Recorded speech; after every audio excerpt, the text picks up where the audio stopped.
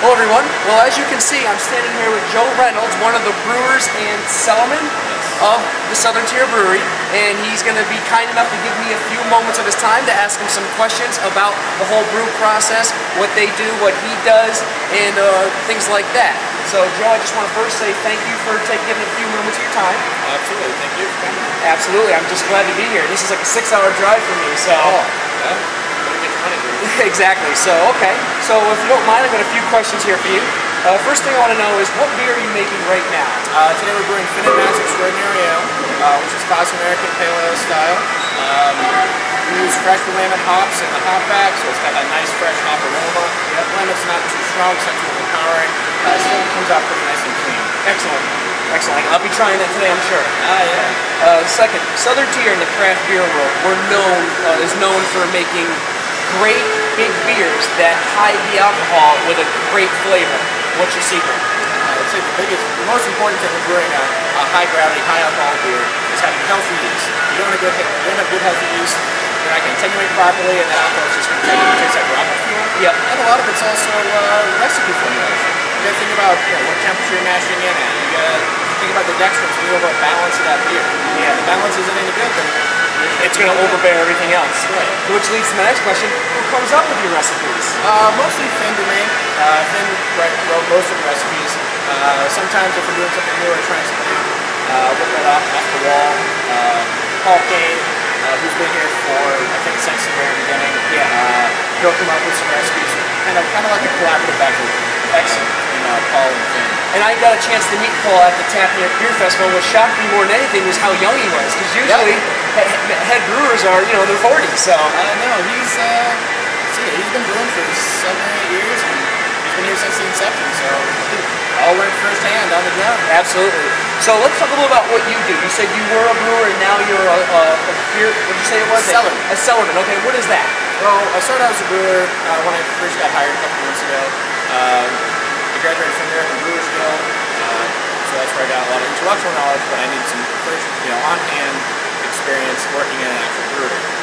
Cellarman is responsible basically for all the ferments, monitoring gravity, carbonation, filtration, sanitization, cleaning of the tanks, and pitching of the yeast. We do cell counts, so we're getting ready to brew another batch of beer. We generally pitch cone to cone. So, I gotta check the health of the yeast, make sure it's good. Which I find important, because I find a lot of times when small brewers become big, they lose some of the quality suffers when they go from small to big, and that's your job, right? That's right. You make sure that quality is still just as good when you were small to what you are now today. That's right. A lot of it comes mostly from, it's consistency of product is really key. You get someone who likes the flavor of your beer, they've been drinking it for a while, and then suddenly something changes.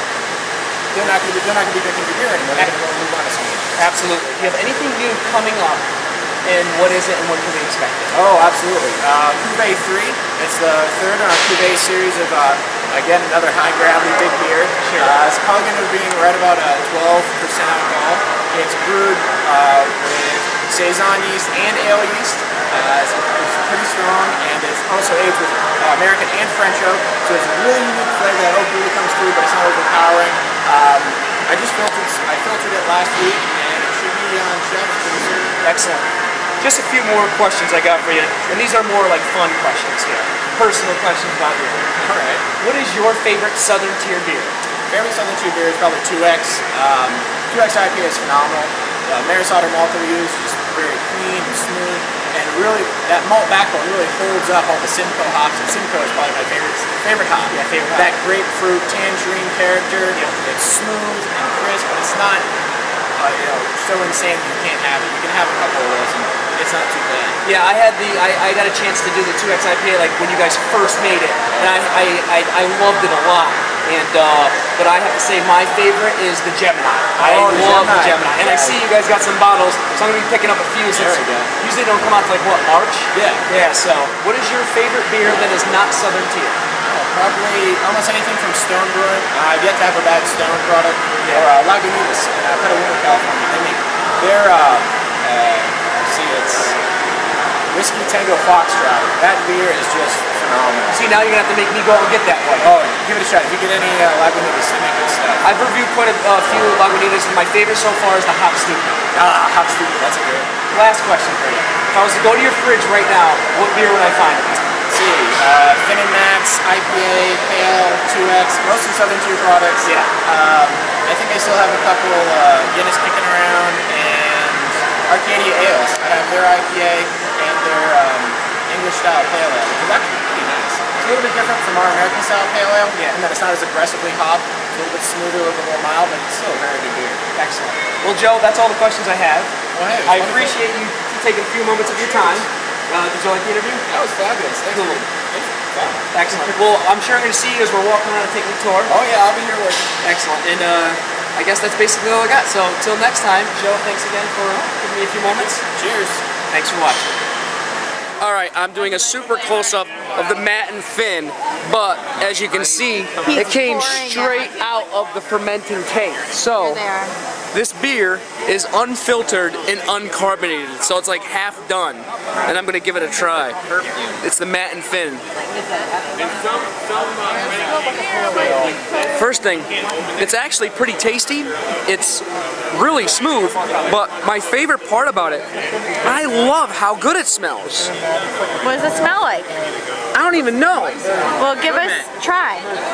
It smells like sugars. Is it like fruity? What is it? No, it smells like sugar, like cereal that's been sugared down in your milk.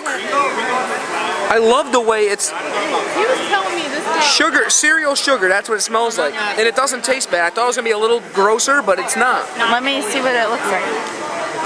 It's unfiltered and uncarbonated. Anyway, Southern Tier, Matt and Finn's. As you guys leave, it's about 10,000 square feet. Beginning of this year, we moved into this facility, which we built and own. It's about 20,000 square feet.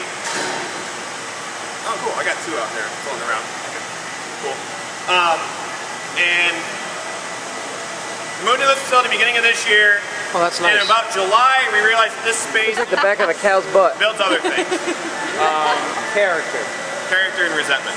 Nah. But mainly muscle. So, That's pushing out all the solid, and it's leaving the liquid inside it. the liquid has already ran through it. Oh, it's already run through it. Yep. Yes, and that's gonna go to the farmer. Oh yeah, the cows love that stuff. You betcha. They're like getting drunk off it. No, it's not alcohol yet because it hasn't been fermented with yeast yet, right? But you could say that like as it sits in the field, because it's wild yeast anywhere, Yeah. that there's still sugars in there. There's Sure. a lot of sugar still left in the malt.